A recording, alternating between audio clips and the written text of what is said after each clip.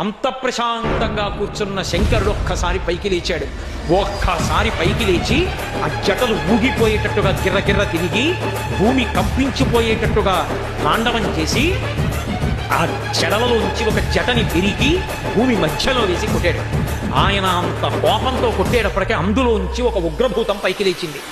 అభ్రంలిహాదభ్ర విభ్రమ ప్రభ్రమ కృణీల దీర్ఘ శరీరమర ప్రజ్వల జ్వలన దీప్త జ్వాలిక జ్వాల జజ్వల్యమాన కేశములు మెరయ జండ దిగ్వేదండ శుంఠావ దొడ్డండ సహస్రద్యుతిహేతి సంగమప్ప వీక్షణత్రయలోక వీక్షణద్యుతిలోక వీక్షణతతి దుర్నిరీక్షమగుచు గ్రగచ కఠిన కరాల దంస్ట్రలు విలుంగ ఘన కపాలాస్తు మలికలు తనర అఖిలలోక భయంకరుండగుచు వీరభద్రుడు దయించమారట రుద్రుడగుచు.